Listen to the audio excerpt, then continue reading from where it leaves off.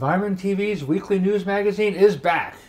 The Indian Point nuclear reactor, 9 miles north of Ossining, New York, has an accident, or what they call an unplanned outage, just about every month. Few of them make mainstream news, but when the governor talks about it, which happened with the radioactive water leak on February 5th, it makes TV news, mainstream newspapers, even the Tibet Times. But they often repeat Plant Entergy's misinformation that Indian Point supplies 25 or 30% of New York City's electricity. According to Con Ed's annual reports, Indian Point supplies 500 megawatts of the 6,000 to 12,000 that the New York independent system operators say that New York City and Westchester use. That's 4 to 8%.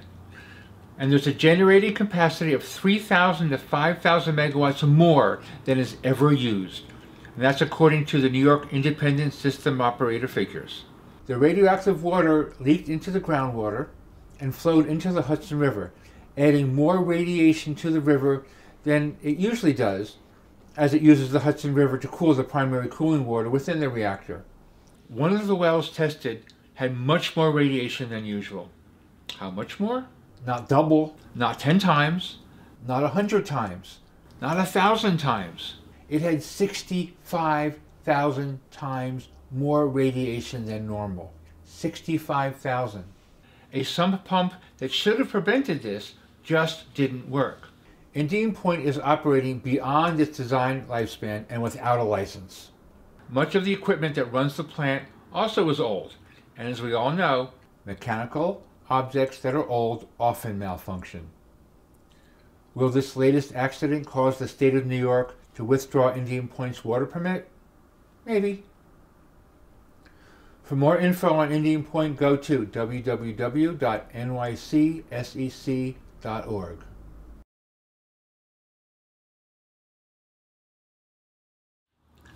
The Trans-Pacific Partnership is not a done deal just yet. Trade representatives have signed it, and that allows countries to begin ratification through their legislative processes. The U.S. Congress still has to approve TPP. Some people think this might be voted on in mid-February. There's opposition from Democrats, Republicans, liberals, and conservatives. There's also support from those same groups. Those opposing the TPP say it's worse than was feared. Leaked chapters have been rewritten by the 600 corporate representatives to make them even worse for all of us. TPP will override clean air laws, clean water laws, the Endangered Species Act, fracking bans, food labeling laws, food safety laws, indigenous rights, and labor rights. It will take away generic drugs, internet freedom, banking reforms, renewable energy goals, and hundreds of other hard-won freedoms and protections. It will increase restrictions on the ability of governments to regulate in the public interest.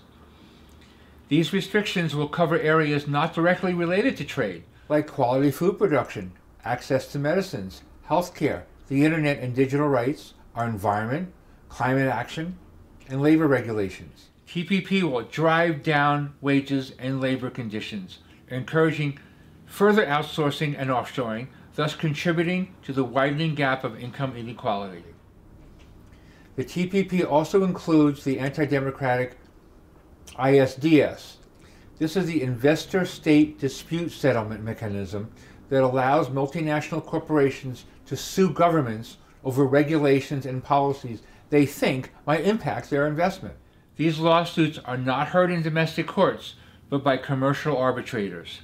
They could impose enormous fines against elected governments, billions of dollars worth of fines, and there is no right of appeal. According to the report of United Nations independent expert on the promotion of a democratic and equitable international order, ISDS threatens human rights and should be banned. It also threatens democracy and constitutional rights, sidesteps and threatens our judicial system, and will cost taxpayers billions in awards to corporations.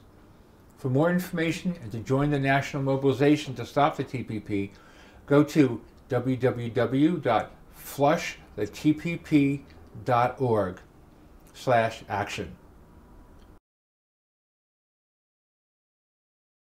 Ken Gale, Environment TV, New York. Then one day the sirens blew, the county was aghast. It seems the aging nuke plant had an accident at last. The stockholders who fainted couldn't be reached for reviving, and they couldn't get to Pleasantville because there was no driving. The highways turned to parking lots from Albany to Queens.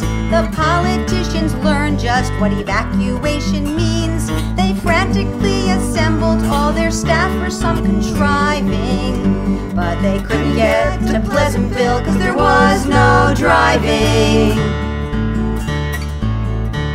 They knew the Hudson River was contaminated now. The radiation off the charts of what they could allow.